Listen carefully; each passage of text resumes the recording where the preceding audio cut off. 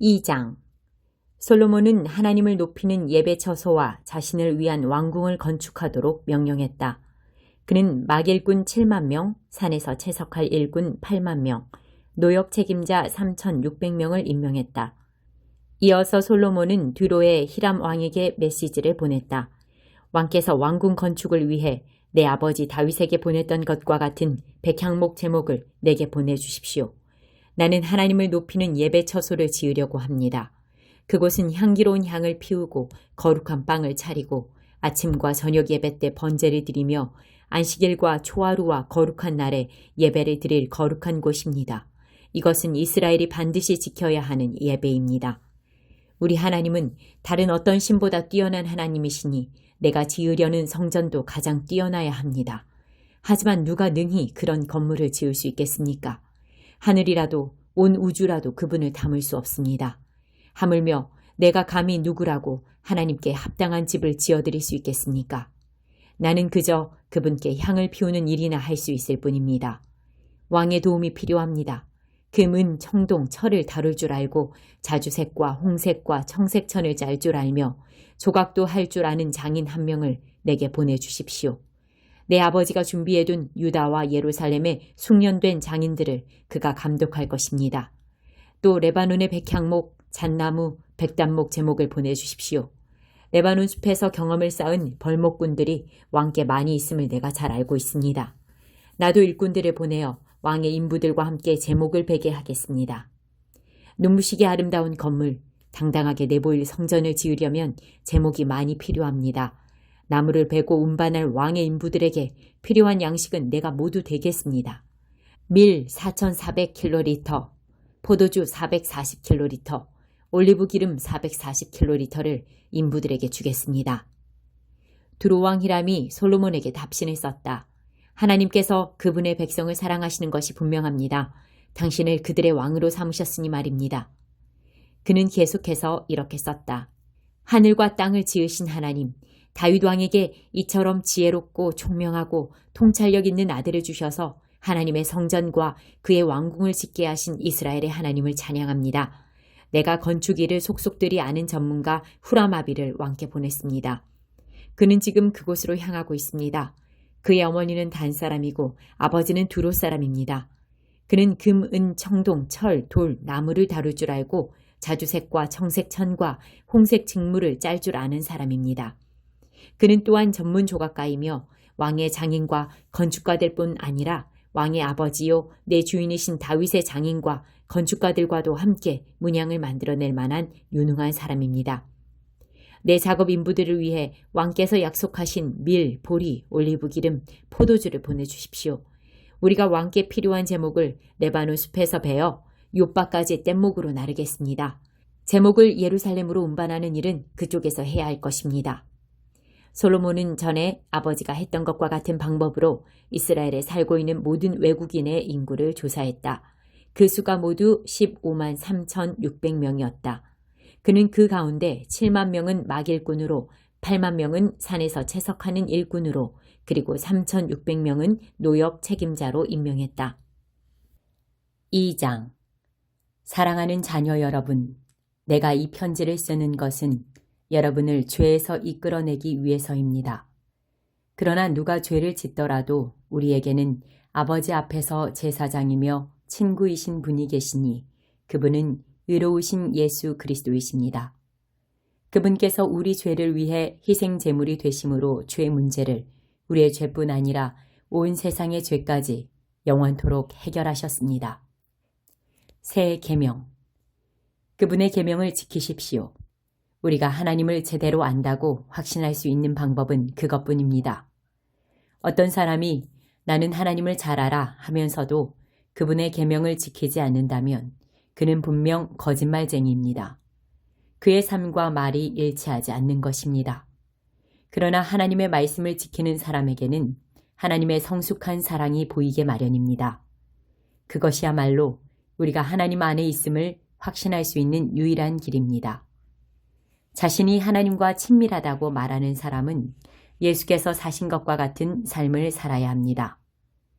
사랑하는 친구 여러분, 내가 이 편지에 새로운 내용을 쓰는 것이 아닙니다. 이것은 성경에 기록된 가장 오래된 계명이며 여러분이 처음부터 알고 있던 계명입니다. 이 계명은 여러분이 들은 메시지에도 항상 담겨 있습니다.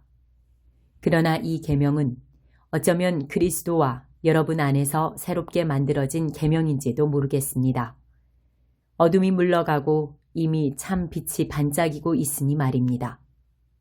하나님의 빛 가운데 산다고 하면서 형제나 자매를 미워하는 사람은 여전히 어둠 가운데 있는 사람입니다.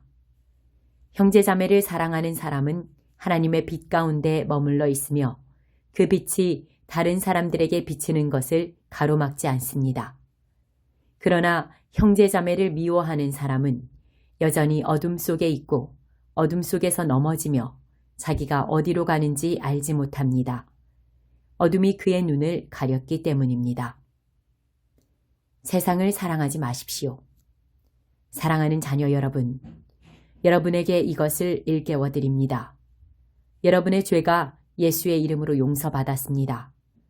믿음의 선배 여러분, 가장 먼저 첫 발을 내디딘 여러분은 이 모든 일을 시작하신 분을 알고 있습니다.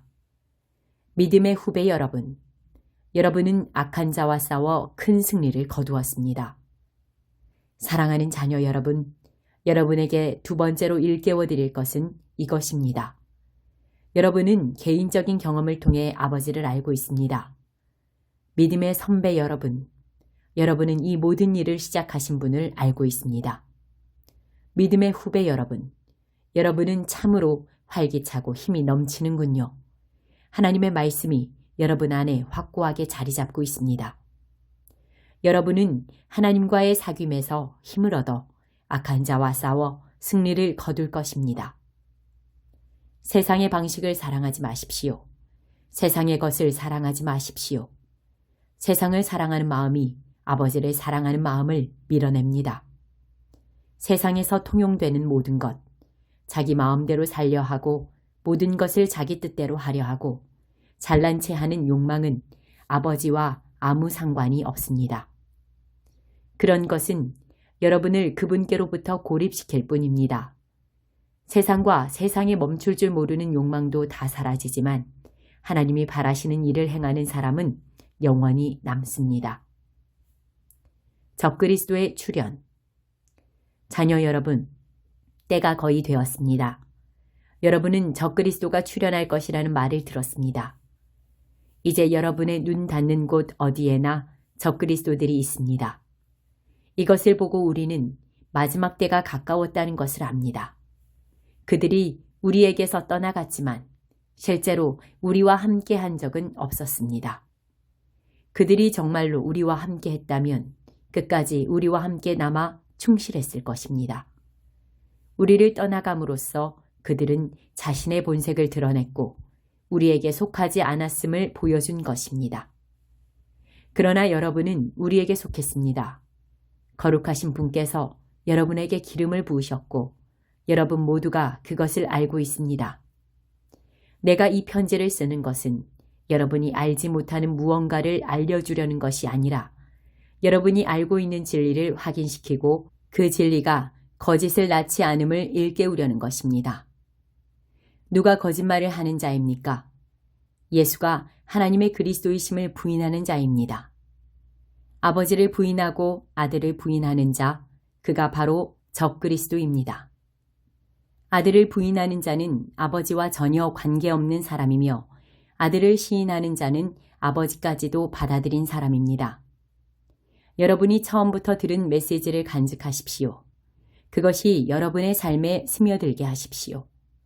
처음부터 들은 그 메시지가 여러분 안에 생생히 살아있으면 여러분은 아들과 아버지 안에서 충만한 삶을 살게 될 것입니다. 바로 이것이 그리스도께서 약속하신 영원한 생명, 참된 생명입니다. 나는 여러분을 속이려는 사람들이 있다는 것을 경고하기 위해 이렇게 썼습니다. 그러나 그들은 여러분 안에 깊이 새겨진 그리스도의 기름 부으심에 전혀 상대가 되지 못합니다. 여러분에게는 저들의 가르침이 필요하지 않습니다.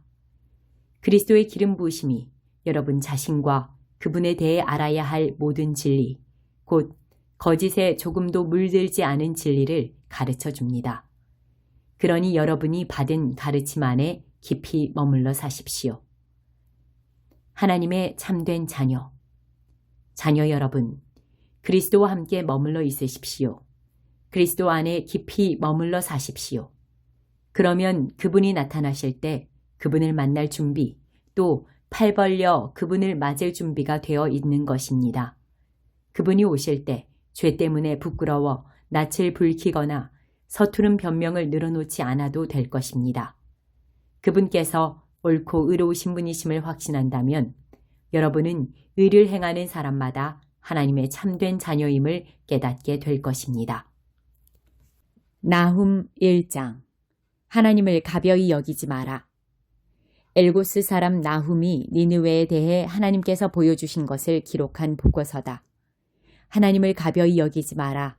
그분은 너희가 만만히 대할 수 있는 분이 아니시다. 그분은 원수들에게 보복하신다. 맹렬한 노를 바라시며 적들에 맞서 일어나신다. 하나님은 버럭 화를 내시는 분이 아니시다.